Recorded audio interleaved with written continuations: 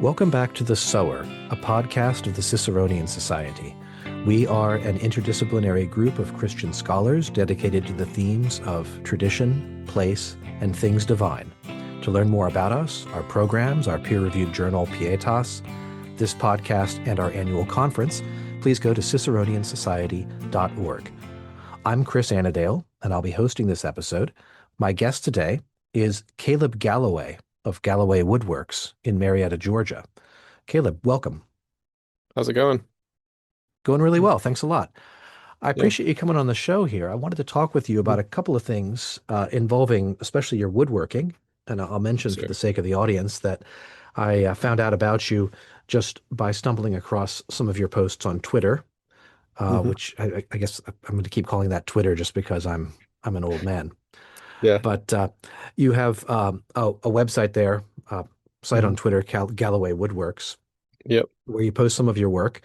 And you describe yourself as an Anglican woodworker and a stained glass artist. And Sure. my commissions are currently closed, but should reopen soon. Will you be doing commissions anytime soon, you suppose? I hope to. Right now, I'm in the process of moving to a larger shop space. Hmm. I'm renting out. Well, I'm currently working out of my basement, and the I have enough like physical space, but I don't have a ton of amperage just electricity. So I've been blowing the breaker a little too often. So I'm in the process of moving to a new shop. But once I get settled in there, I definitely will start looking around for more commissions. Okay. Yeah. Is woodworking, is this your 100% job? Is this a side hustle? Is it a hobby? It's a full-time job now and has been for the better part of, I'd say, about a year.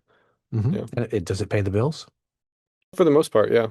Well, that's great. That's good to hear. How'd you get into that then? I mean, how do you set up as a Um, sort of independent woodworker in your yeah. garage? So, well, at the time I was going to architecture school and they had a really, really nice wood shop set up in the basement of the architecture building.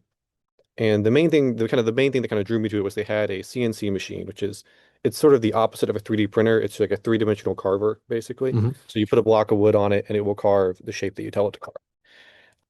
But they taught me kind of the basics of 3D modeling, that kind of thing. And the next, and well, yeah, so through architecture school, I learned the basics of 3D modeling and was kind of figured, like, it wouldn't be that difficult to just apply that to the CNC machine. I didn't have any real experience in woodwork, but I figured, if you can 3D model it, the CNC will can do 90% of the work, and then it's just sanding and whatnot from there, and I can probably figure that out. So one thing led to another, and I saw a post on Twitter from Father Brandon of St. Mark's Anglican Church. He's in California, but he had this little triangular space above the door of his church. And there was siding on it, and the siding just needed to be torn down. I think it was rotting out or something like that. But he was looking for something to put up there, and his plan was a crucifix, something like that. But he was going to ask some other people, and I was like, that's not a huge space. So I reached out to him and just said I could probably carve some kind of relief to put up there. Full disclosure, I don't really know what I'm doing, but I can probably figure it out. And we agreed that he would cover the cost of materials and postage, and I would figure out how to carve it.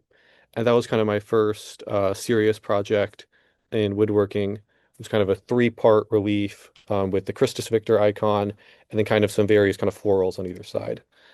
Yeah. And then from there, I posted about that. Kind of as I did the project, Father Brandon was very supportive and reposted everything, and that kind of got me from a little Twitter account just to talk about politics and that kind of thing to being like I think it was a 200-ish, but I was I was slightly noticed by some of the Anglican world, and that kind of got me into woodworking. I really, really enjoyed that project, and kind of as I was finishing that up, my priest, Father Tony, needed some help cleaning out the church basement and kind of redecorating it. They're kind of turning it into a prayer space and office. And I just reached out and said, hey, here's something I've done with this, big relief. And, if you wanted something maybe like that for the basement, I could probably do something. And he just texted back with just the words, call me. So I called him, we met up, and he wanted to do an altarpiece for our church. And what we ended up settling on was it's 7 feet tall and 6 feet wide, but just two giant panels of florals with a 5 foot Celtic cross in the middle. And that was kind of the second big project. And as I was doing that, that kind of people started to reach out and be like, hey, where's your website? Where can I buy your stuff? And eventually I was like, all right, well, I could probably, make a little money off this. So I started hand carving some little Celtic crosses. Being, the broke college student, I just didn't have a ton of money. So I picked up just a pair of basic chisels from Rockler and started carving some little crosses. Made, a few $100 from that in a couple months. And then I was like, well, that's enough money for a table saw. So I started fishing around to see if I could find somebody who wanted to buy a door. Because I figure, if you have just a table saw and some very basic hand tools that I borrowed from my dad, I figured I could probably build a door. So after a little bit of fishing around, I found somebody who wanted a pair of tiled wood doors, and it would pay, and we settled on a price. It was, enough to cover, enough for me to, justify buying a table saw, as I can finish this, and then that'll cover more equipment down the line. And that was kind of my first, real paid project. And then from there, it's kind of the rest is history. By the time I finished that up, I had two other commissions, and it just kind of kept going from there. Yeah. Are CNC machines difficult to acquire? Do you have your own? Well, they are somewhat expensive. They're getting consistently cheaper, which is good. But the cheapest one on the market of the size I wanted was about $3,500, which isn't terrible, but a little bit outside of my budget. But I had a friend who was in the electrical engineering program at my college, and we got to talking, and he'd built 3D printers, that kind of thing before.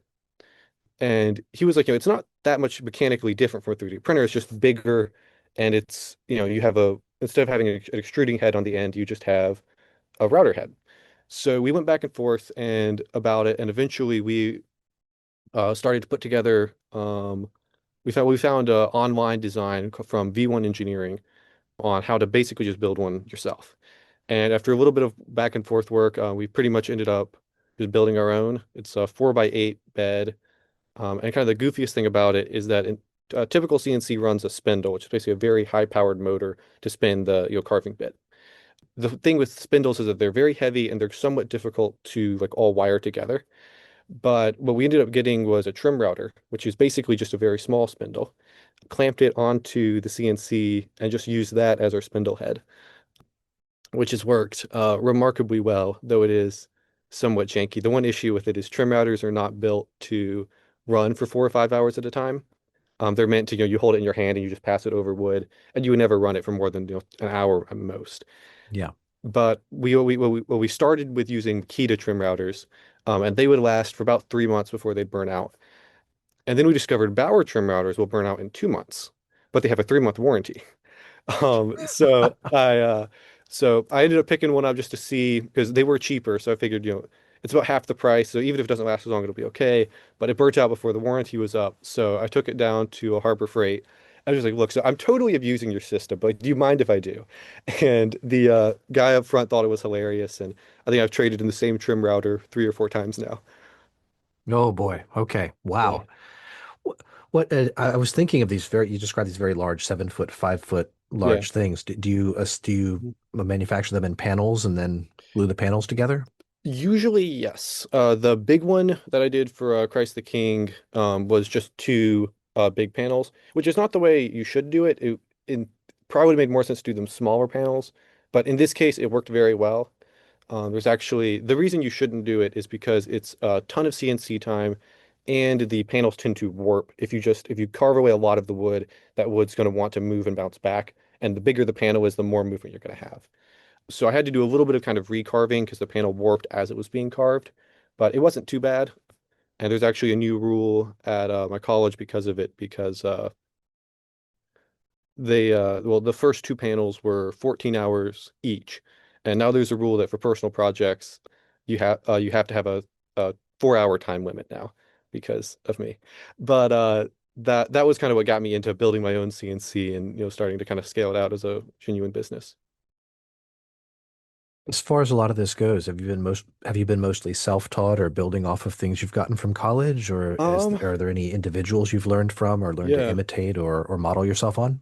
Carpentry was for the first probably I'd say year and a half. I was pretty much entirely self-taught. I would occasionally ask for help from some of kind of the lab techs at my college, but really pretty much was entirely self-taught. But after About a year or so of working, I picked up a job with Orthodox Masonry. They are also on Twitter and are fantastic. But they're up in Vermont, and I worked with them for 2 or 3 weeks, something like that, one summer, and learned a whole lot from them. Yeah. So as far as people who have taught me, they're definitely top of the list. Has most of the work you've been doing been church work? Is there a lot of church work out there, or Yeah. do you think that there's Um. space to expand for another market? Oh yeah. Well, I think it's kind of a mix. So particularly within the Anglican world, there is a lot of church work. There's tons of it. The issue is a lot of it doesn't pay that well, and that's of course there's nothing wrong with that, but that is kind of the just kind of how it is. But what I usually do is I'll do like 2 or 3 secular projects, and then I'll do a church project, and I'll usually make less money on the church project, but they're exceptionally fun to do, and they always do kind of bring in more clients. But I usually kind of rotate between the two. Yeah. Do you find there's a balance in your work you have to hit between doing quality work and doing efficient or economical work? Yeah. How do you work that out on a job basis? Yeah, definitely. It's mainly just kind of you have to, it's really just a matter of setting price more than anything. It's the higher the quality of the work, the higher you need to charge. And that's kind of probably the biggest learning curve to any kind of like self-manufacturing business is figuring out, how do I figure out a number and how do I, get that number to the client quickly and manage to like maintain that number is, working for me through the course of the project. Yeah. But other than that, it's really just kind of a function of, the benefit of, being young and not really having much else going on other than carpentry is that it's easy to just, spend, put, everything into a project. And, that's kind of the main, solution to that kind of thing. Now you're working with your hands, you're making Mhm. a physical product, but Yeah. you're also on Twitter, you also talk about getting in touch with people this way. Yeah. What's been the balance between the sort of Mhm. the personal hands-on and the digital? How Yeah. do you work in that space? It's really just a matter of kind of, you have to put the physical stuff first, and it's, kind of as far as I'm concerned, the Twitter only exists insofar as it enables me to continue doing the physical stuff. I need to be able to find a client and get commissions, that kind of thing. And the whole and the reason I've kind of stayed on Twitter for as long as I have is really just that it's been, it's you know, I'm that's always been a means to an end of just, how can I get to the next, cool project. Have you found a sense of community or a source of meaning in the kind of work that you've been doing? Oh yeah, Or absolutely. is it kind of isolating? Oh, it's not isolating at all. It's a lot of the community is, it's kind of a mix of things. It's, part of it is just through Twitter. You meet a lot of very interesting people on there. You work for some kind of, very kind of entertaining people.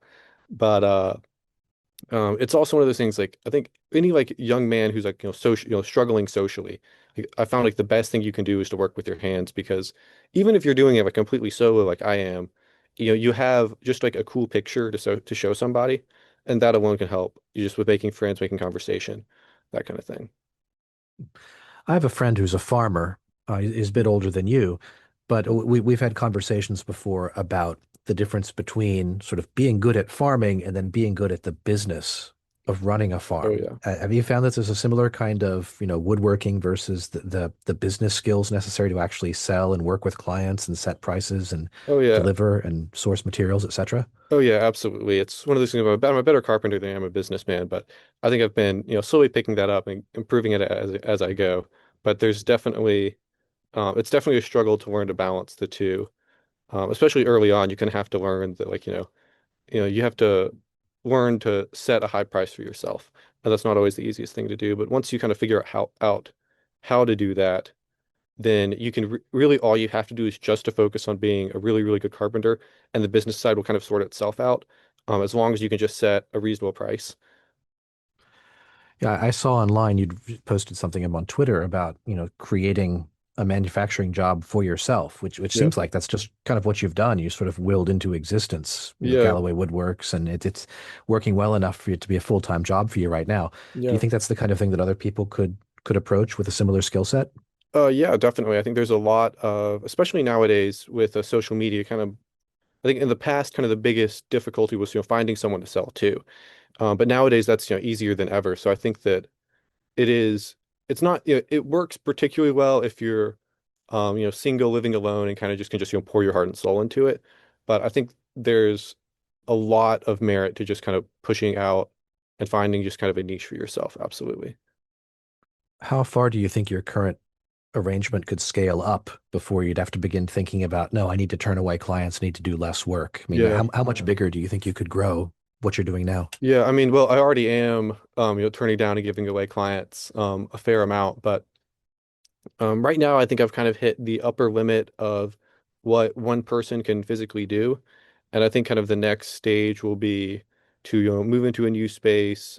And then probably once I have college finished, my hope is to probably hire some people and then just start moving this forward as just kind of a larger scale business. That sounds like another skill set besides, Oh, right? yes, And the sir. supervising people or Yeah, training people as well. absolutely. Well, let me ask you a more general kind of social political question. I Hmm. mean, you're a young guy, you're in your early 20s, and Yeah, I'm in my 50s. So yeah, I'm a Gen Xer talking to a Gen Zer. yeah. And there's been a lot of discourse the past year, the past couple of months, Oh, yeah, especially about the economic prospects of young men in yeah, America today and the sort of attitude they take, whether it's bitterness or hope or yeah, whatever, what some combination of them.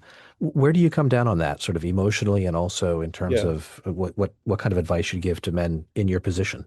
Absolutely. Well, I think that you have to, and I think this is something that a lot of kind of the older generation doesn't do, is you have to differentiate between like what is good personal advice and what is good political advice. A good example of this is I think a while ago there was, some kind of Twitter discourse. I think it was Casey, but somebody posted a picture of a house that was, I think it was like 90, it was like a six-bedroom house, it was like $90,000. And they were just like, this is like a really good fixer-upper, buy the house, get a job at, the local Dollar Tree, and, raise your six kids. And young men were just completely outraged about it. And there later came out that the house was like at one point a meth lab or something. I don't know exactly how true that was, but that was what people were saying. Yeah. Um, but I think that that is good personal advice. Like the simple reality is that nobody, you can't sit around and wait for someone to save you. You're going to have to find a way to make it work. And that's going to be different for everybody. For me, post college, I may well, find somewhere where land is cheap. Buy an RV, live out of the RV while I build a shop space, and then build a house after I have a shop. And I think there's then it just and that's not ideal. It would be nice if there was reasonably affordable housing or shop space where I am, but I don't think that's just not really the reality. But I think that the thing that I think a lot of the older generation kind of does is they give good personal advice, where it's, pull yourself up by your bootstraps, do the hard thing because simply there's nothing else to do. You're going to do the hard thing, or you're not going to do anything at all. But I think that politically that's become kind of like the go-to answer of bootstraps, bootstraps, bootstraps. And it's great personal advice, but if a politician goes to voters and says, "I'm not going to help just bootstrap yourself up," I think the young voters are like, okay, well, bootstrap yourself into office. Like, it's, if you don't want to help me, I have no moral obligation to help you either. And I think and that's something, I can empathize with a great deal of, I think that the personal advice is very solid, but I think that politically there needs to be a greater move towards, you just recognizing that it is in fact a problem. That, yes, the bootstrapping is necessary, but it's only necessary because the problems exist. And then secondly, just recognizing that, the only way the only way that this is going to be fixed at a systemic level is for the politics to be involved. But yeah, that's pretty much where I would sit on all that. Yeah, that's good. That's a good response. That sounds very good to me. Now you're in Marietta, Georgia, Yeah. suburban Atlanta. I used to Hmm. live down there Yeah. decades and decades ago. Hmm. But let's suppose here, I'm just sort of looking forward Yeah. 10 years, 20 years, right? You leave Atlanta, you go to someplace, it could be Iowa, it could be Kentucky, Yeah. anywhere else. Find a place, set up a shop.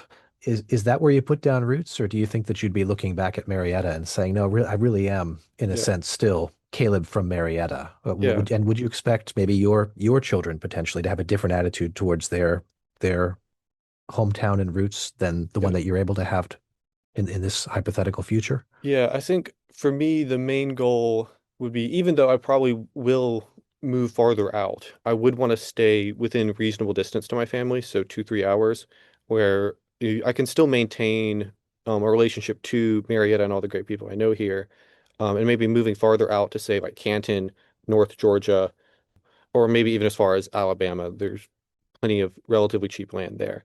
But I think the real trick with it is I think there's a lot of, and kind of back on the political side, there's a lot of the push to just, find some place, far out, in the middle of absolute nowhere. That's going to be, and there, build your life there. And I think I think that sh in general shouldn't be done. I think the goal should be, you know, okay, I have this budget. What can I get within this budget that is, as close as possible to what I want? And the ideal for me would probably be, to be slightly outside of Marietta, a little bit farther out to the country. And, I may go, 2 or 3 kind of rings farther out than that. But I think that the, let's see. Yeah, but I think that the trick to it is not to, move, 1,000 miles away to Iowa, but it's to find, what's the closest thing. Because I think that if you take it from the example of I'm just going to find the cheapest possible spot, I mean, at that point, you may as well just, leave America altogether and move to Mexico, where the land's even cheaper. But, but I think that you do have to still, make an effort to maintain the roots as much as is economically possible. Yeah, that tracks my experience as well. I grew up in DC Mhm. suburbs and moved to Oh, a yeah. couple different urban centers, and then have been living rural areas for the past 20 years and more of Very my nice. life. That's kind of where I'm settled now. It Yeah. almost feels to me like you need to find a place that's uh, small enough and cheap enough that you can live there, but that's, how do I say this? Is big. It's the kind of place where you could actually hope to put down roots and have some hope of defending them. Oh, yeah, In the sense that absolutely. it's not overly commercialized and urbanized in the sense that it's beyond your Yeah. reach in one generation to actually establish a kind of identity. Does that fit with some of your thinking? Yeah, absolutely. I think that, it's kind of the hard thing of it is that the move of progress kind of always continues, and the sticks barely stay the sticks. I've read a lot of he wrote a Jayber Crow, that kind of whole series of novels, and That's Wendell Berry, I think. Windleberry, yeah, that's right. Yep. But I think that you do have to kind of find someplace decent, and then start doing your best to defend it. And I think that a lot of the way that's going to be done is to get involved with politics on a very, very local level of, city councilor, mayor, that sort of thing. And then, start from there. And, and once you're in, some sort of position of very local political power, then you kind of have a hope of defending wherever you've made roots. Two more questions, if you don't mind. Yeah. One, if somebody, sort of a bootstrapper Gen Xer like me, started Yeah. pointing to your case and said, "Hey, look, young man, what you can do. You can build your Yeah. own CNC machine. You can sell things to people on Twitter and find clients." Yeah. Is that the kind of advice that you think could be generalized to other people's cases? Could people fairly easily follow your path? I think to a degree, yes. It only works if you actually like obsessively love the work. And that I think that there's some sort of skill that everyone can obsessively love. That might not be carpentry for everyone, but I think that generally yes.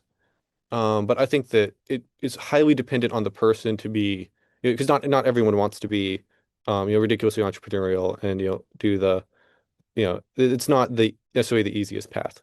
But I think that at a general level, like I wouldn't say it's good general advice, but I think it's a good option for a lot of young men to have. But it's not something that I would necessarily recommend to everyone. Yeah. Oh, that makes sense. I mean, there's going to be no one silver bullet solution for the Oh, of entire course. generation of 20 something men. But Yeah. it's great to see you doing so well Oh with what yeah, you are definitely. doing. I wanted to wrap up by asking you about a project that Yeah. I've been following on your Twitter for a little while, which Mhm. is this project of mass producing some roadside shrines. Wonder if you can Yeah. tell us about that project, its origin, and its prospects as of now. Yeah. So that really kind of came apart just on Twitter. People were and a lot of it just came about. It's kind of like the general philosophy of just finding a place to stay and defending it. And I think a lot of the way that's done is through sort of like a parish nationalism. Like basically it's like I think the degree to which like you can love your country because particularly America. America is so big and culturally diverse. I don't think there's any one person who really loves their country. They love their little part of the country that they're connected to. And that's a good and right thing. And I think it's important to kind of support and emphasize that, especially kind of in the online age. It's very easy for America to just be some sort of vague collection of ideologies that everyone says everyone holds to, instead of, no, there's this very particular spot that I like that I'm willing to defend.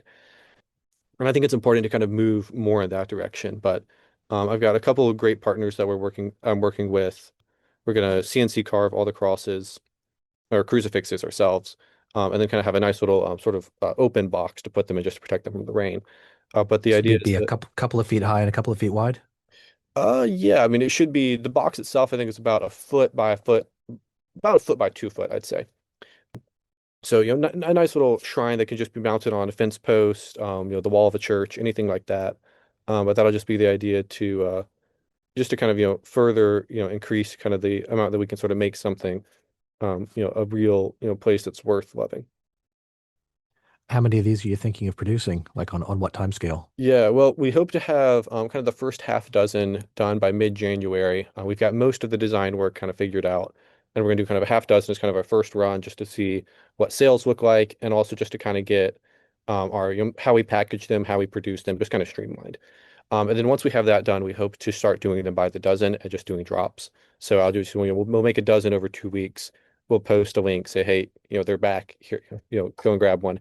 And then when those sell out, we'll do another, dozen or 2 dozen if they sell well enough. Sounds great. I hope that works out well. Yeah, looking It forward sounds to it. almost like you took what was initially a sort of nostalgia post on Twitter. Somebody posted a photo of a Yeah, roadside shrine and said, "Hey, why don't they do that anymore?" And you and some other people grabbed onto it and said, "Hey, we're going to do this, yeah. I mean, now yeah, and in the the kind of the future." trick is, you can just do things. If Mhm. the nostalgia posting is something I have mixed views about, because I think it's good to like remember those kind of things, but it's important to take that not just as things were so much better back then, but to take it as a call to action of, here's, maybe we can't fix the entire thing. Here's one, little drop in the bucket that was nice 50 years ago, 100 years ago, 200 years ago. Let's just bring that back now. And then, if you do that enough times, eventually, you'll ha have a much better world. Great. If people wanted to follow this project or maybe get Mhm. hold of one of these, would they Yeah. go to your website or to your Twitter? Um, How should they follow up on this? yeah, so just follow me on Twitter. I'm in the process of setting up a proper website for this project specifically. And I hope to have that link live probably by the end of December, as we start to move forward with getting the first half dozen done and ready to ship. Yeah. Sounds great. Okay, on Twitter, you're Galloway Woodworks, Yeah. and Yes, I'll sir. post a link in the show notes for this Fantastic. episode. So Hmm. that's fantastic. Any other big projects coming up? Anything on the scale of Um, the altarpiece you're speaking about before? yeah, that's kind of, well, the next really big project will be working for my main church's church plant, Incarnation Anglican Church up in Canton. But they need a new altar, and hopefully, probably after I have this roadside shrine project wrapped up, and kind of, well moved along, that'll be kind of the next big thing. The plan is to do a series of each panel of the altar will be inlaid with various wood types to show different biblical scenes related to the incarnation. And that's kind of the next big stage of things we hope to do. A lot of extremely ornate inlays, hopefully do some gilding, three-dimensional carving pieces on it, as well as probably some brass inlays as well. Wow, sounds fantastic. Yeah. That's good. Well, it looks like you've created a sort of very interesting, very rewarding, personally and maybe financially niche for Yeah. yourself Sure. in terms of doing this woodwork at a at a very young age. I'm Yeah. really glad to have spoken with you about all this. Oh yeah. Yeah. It was nice to speak to you as well. So thanks very much, Caleb. Awesome. You've been listening to The Sower, a podcast of the Ciceronian Society. To learn more about us, to sign up for our mailing list, or find out about our upcoming events, please go to ciceroniansociety.org. And thanks again to Caleb Galloway of Galloway Woodworks for being our guest for this episode. Yeah. Thank you. Bye bye.